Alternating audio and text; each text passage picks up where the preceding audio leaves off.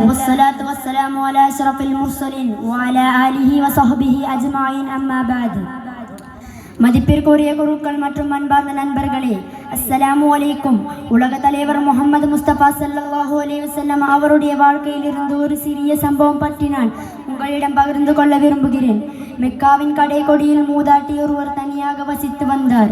அவருக்கு முஹம்மது நபிகள் ஸல்லல்லாஹு அலைஹி வஸல்லம் மீது துள்ளி கூட நம்பிக்கையே இல்லை.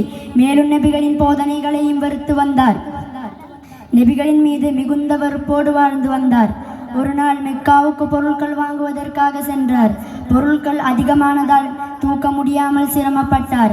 அருகில் கூலிக்காரர்கள் யாராவது இருக்கார்களா என்று தேடி பார்த்தார். கூலிக்காரர்கள் யாருமே கிடைக்காததால் மிகவும் கஷ்டப்பட்டு தூக்கி வந்தார். அந்த நேரத்தில் முஹம்மது நபிகள் ஸல்லல்லாஹு அலைஹி வஸல்லம் அவ்வழியாக வந்தார்.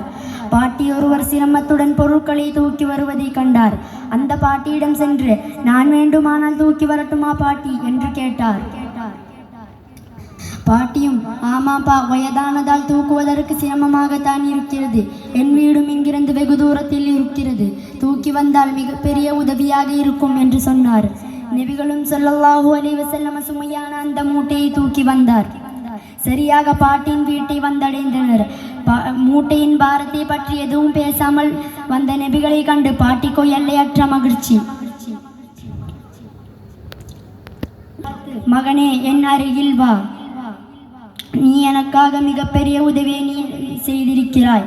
ஆனால் இதற்கு கூலியாக தருவதற்கு என்னிடம் எந்த பெரிய சம்மானமும் இல்லை. ஆனால் உன் வாழ்வுக்கு பலன் தரும் ஒரு அறிவுரையை நான் உனக்கு தருகிறேன். என் அருகில் வா. நபிகளும் ஸல்லல்லாஹு அலைஹி வஸல்லம் பாட்டியின் அருகில் சென்றார். அவரை நீ ஒருபோதும் நம்பி விடாதே.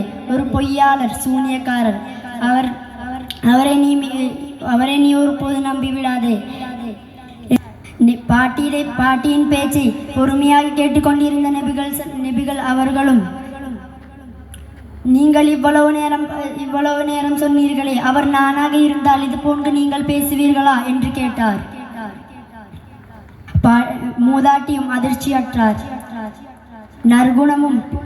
நற்குணமும் தாராள மனமும் பிறருக்கு உதவி செய்யும் பண்பும் கூடிய நீங்கள் செய்யும் போதனை நிச்சயமாக உண்மையாகத்தான் இருக்கும்.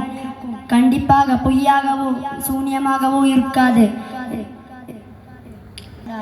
நண்பர்களே, நாம் நம் முத்தான நபி ஸல்லல்லாஹு அலைஹி வஸல்லம் அவர்களின் பண்பையையும் பாதையையும் பின்பற்றி அவரை நேசித்து வாழ வேண்டும் என்று கூறி நான் என் சிற்றுரையை நிறுத்துகிறேன்.